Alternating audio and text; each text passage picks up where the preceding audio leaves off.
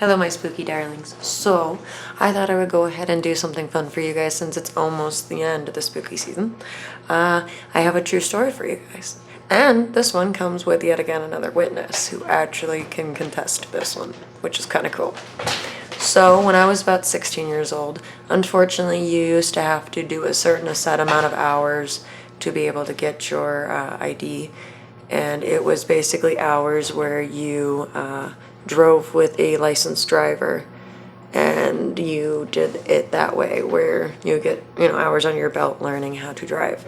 So I was driving with my grandmother because she needed to go to the grocery store, and we lived in a kind of more country, like back road type of area where it was 50 miles an hour, and like we had this little woods that was in between our house and the stores, and it was a good 2-3 miles from like where everybody was store wise and population, I guess you want to put it. So it's a little bit ways away from everything. And in the woods, you only have like one entrance to it. And sorry, I have to move my tripod because my cat keeps knocking into it. There's only one entrance to these woods, and it's like a dirt path. So if you miss it, you miss it. So one night, as I'm driving my grandmother back from the stores, it's especially dark out, and if you've ever lived in a country area, you know that they don't exactly have very many street lights, especially in more rural areas. So it's pretty dark in some spots, but in the woods right in front of there, they put a light so that you can see the entrance. Because like I said, you go a little too quick and you're probably going to pass it.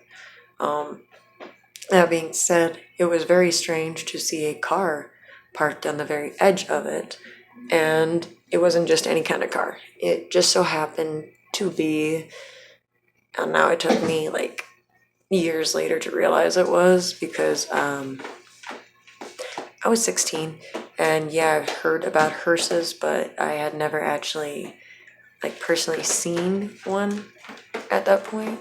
So yeah, I knew it was like a longer vehicle in the back and like somewhat looked like a compact car, but just really, really weird shaped, more like an old station wagon type thing, meant for like surfboards. But yeah, my cat. Yeah, so there was just a car parked that was a hearse, and we both kind of see it at the same time. There's a gentleman, if that's what you want to call him.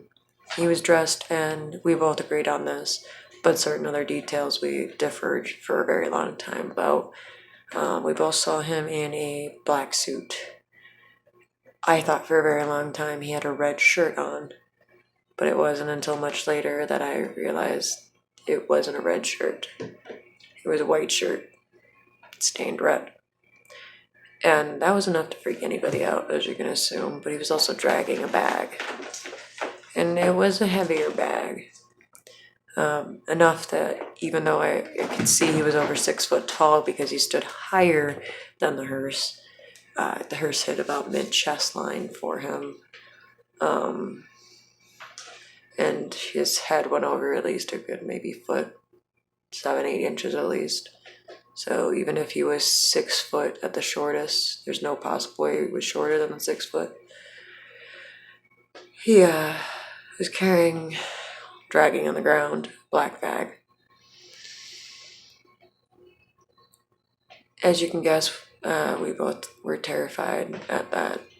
But it wasn't until many years later that we finally spoke about the one thing that neither of us wanted to talk about that night. There was no recognizable facial features on that gentleman.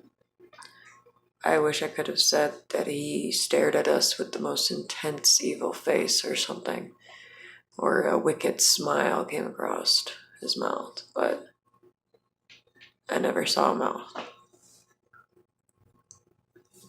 I never saw eyes. But I knew he looked, and I flew. I hit that gas pedal so fast. I think we were doing about 90.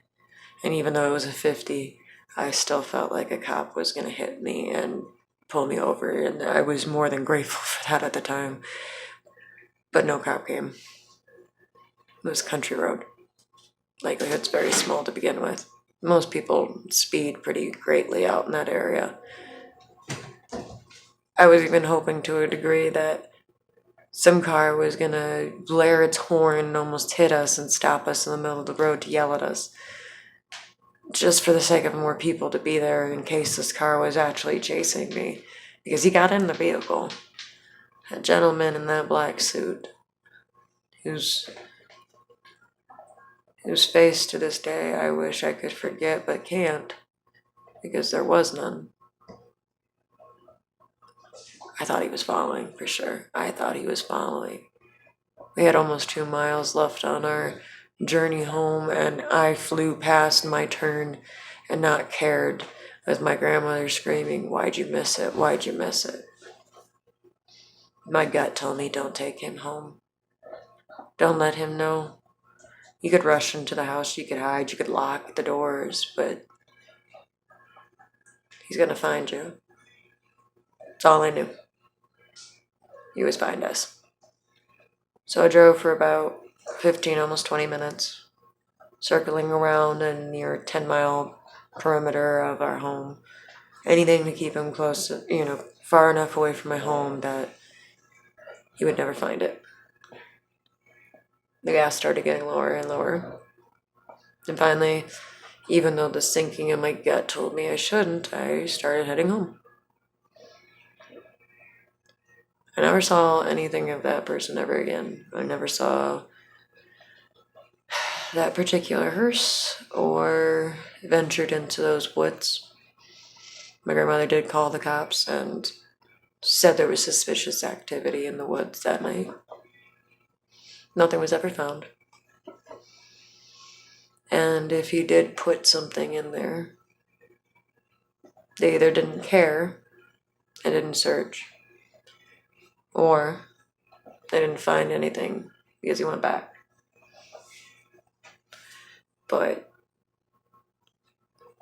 I didn't grow up, and I just want to point this out. Again, I'm almost 30. I'm 30 years old, guys, and I've lived in the decade that's known as a millennial, I didn't grow up with stories like creepypastas and weird online things, I didn't know what the rake was or Slender Man until after I was probably 19, 20, maybe even older. But there are certain things in this world that even if it's art, reflects life. And even if that's somebody's imagination that came from only, and there is no real truth behind a Slender Man story, the thought came from somewhere, from something that they had seen. I guarantee you that. Because I don't want to say that was what it was. I won't say that I saw extremely long limbs or anything like that. But I never saw eyes or a mouth. And he was tall. Maybe that's the difference between, the creepypastas and truth. Not every detail is going to be right. But I just wanted you guys to have a fun little true story that you can listen to for today for my video. I'm sorry, you guys, that I don't do them more often and that you don't have more consistent content. As you can tell by my appearance, some days are a little harder than others to just put myself in front of a camera and tell a story. I do love telling you guys this and doing this all for you. You guys make me smile and laugh at certain comments and, things that you put on my videos about how, hearing these stories just flabbergasts you. Because this is my life. This is the things I deal with.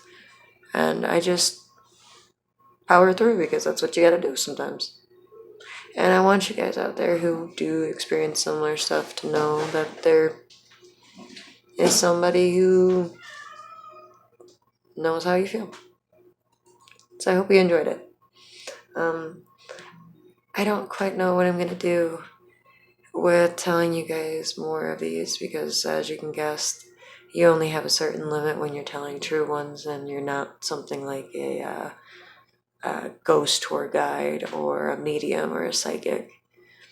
I'm just me, and I just deal with weird stuff. So if you like my stories, I'll continue trying to recount of all the details of certain ones. As you can guess, certain ones have been kind of put in the back of my mind so that I don't always jump to paranormal stuff when I see and deal with things. I like to be more rational as I've gotten older than just assuming that it's that. But that doesn't mean it doesn't happen. And that's okay.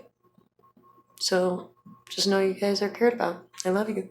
I'll see you in the next one. Bye, darling.